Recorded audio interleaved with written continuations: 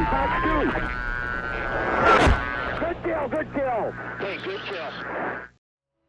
Hey guys, welcome back to another video. Recently I've been getting a lot of questions of people asking, do I use VR? Do I use TrackIR? You know, all these questions, what kind of head tracking are you using? Now mostly I'm using TrackIR when I make the videos that you guys watch, but sometimes in my free time I dabble in VR. And so this video is intended to be my thoughts on DCS in VR, and I don't know, maybe you'll find it useful if you're considering getting VR and getting into DCS. So let's go ahead and get started.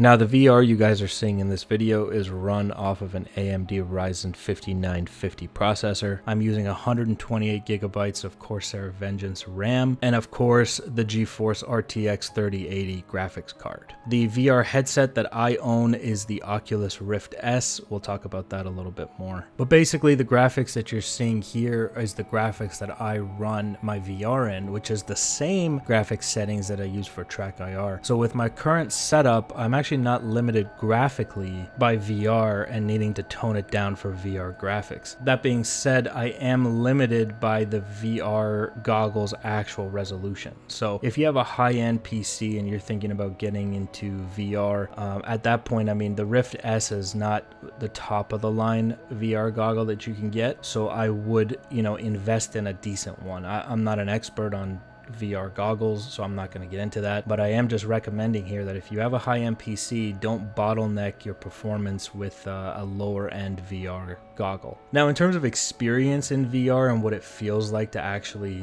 you know, dogfight and stuff in VR, you have your muscle memory, which I developed in TrackIR. That's where I learned to do all the dogfighting and all that stuff. So when I made the switch over to VR, I all of a sudden found that I can't dogfight. I'm not good at all, and I had to spend a lot of time to practice and rebuild that muscle memory. And you got to learn how to move your head again, because VR is providing one-to-one head tracking, so you got to learn to look behind you differently, the way you turn, and the effect your turning has on your hand holding the stick. You end up pulling too hard on the stick a lot of times and getting slow. Basically I felt like how I felt when I first started dogfighting in DCS and learning just how to do it even a little bit. So it's kind of a whole thing. You got to start all over again and start practicing to get that muscle memory back. Now that being said, depth perception is much easier in VR. I find myself more willing to get super close to other aircraft in formation flying. I feel like I can feel where the wingtip of my aircraft is. Not something I have in TrackIR. I don't really have a good sense of that in TrackIR, so makes you nervous, makes you want to keep a little bit more distance with the other aircraft. But with VR, I find myself like, look at this, look how close I'm willing to get. I'll even get closer sometimes. Yeah, see, like I feel fully comfortable where I am. I can almost feel where my aircraft is relative to the other one, and I don't know, I think it makes a huge difference in terms of depth perception and proprioceptive senses. And I can't quite make sense of it, but I find it a lot easier to drop pinpoint accurate bombs. It just feels like you're really there, you know, and the bombs land exactly where I want them to. And I'm not saying you can't do this in TrackIR. Everything I'm saying you can do in TrackIR. It just kind of feels a little bit better in VR. Just feels like you have a little bit more control. It's a better experience in my opinion. So I have really positive things to say about VR for sure. A lot of you have asked if I hate VR. That's why I don't use it. It's not that. It's just from a content creation point of view, it's easier to use TrackIR than it is to use VR. If I didn't have a channel, I would probably only be in VR. But you know, if you're gonna get sick and stuff, it's TrackIR is better. But another thing that I think works really well in VR is helicopters. Helicopters are huge in VR. A lot of flying a helicopter is feeling the actual aircraft, which, like I already talked about, you can feel it a little bit more in VR. I feel like I have more control. You know, like I'm willing to hover a couple feet off the ground here because I literally can feel that I'm a couple feet off the ground.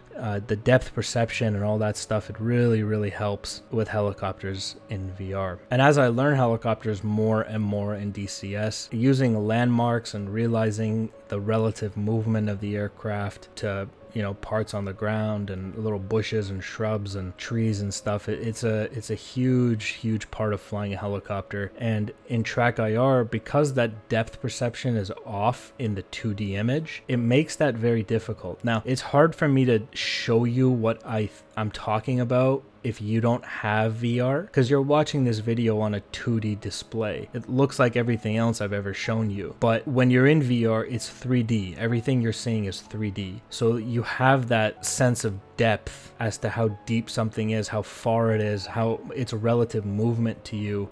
It's kind of like when a fisheye lens distorts things and you can't tell exactly how far they are, how big they are because they're distorted. That feeling just kind of goes away in VR. And even landings that were once difficult for me are super easy now. And it's only because of VR. It just makes a lot more sense to you. You can feel, look at that. Perfect landing. That's not something I could do without VR. It's actually kind of cool to experience this kind of stuff. And another really big part of VR, the depth perception thing, is deflection shooting. In World War II, whatever game you're playing, DCS, IL-2, deflection shooting is a big part of World War II and some of the older aircraft, Korea, MiG-15, F-86, that kind of stuff. Because you can feel the aircraft and you can really feel where the nose is, it makes these kind of shots a lot easier. And I find my accuracy has gone up tremendously. And just the ability to feel where the nose is makes snapshot opportunities much easier. And basically I can tell exactly where every single one of my bullets is going to land because of the 3D depth perception afforded to me with VR. It's again not something you can't do in TrackIR, but it's much easier in VR.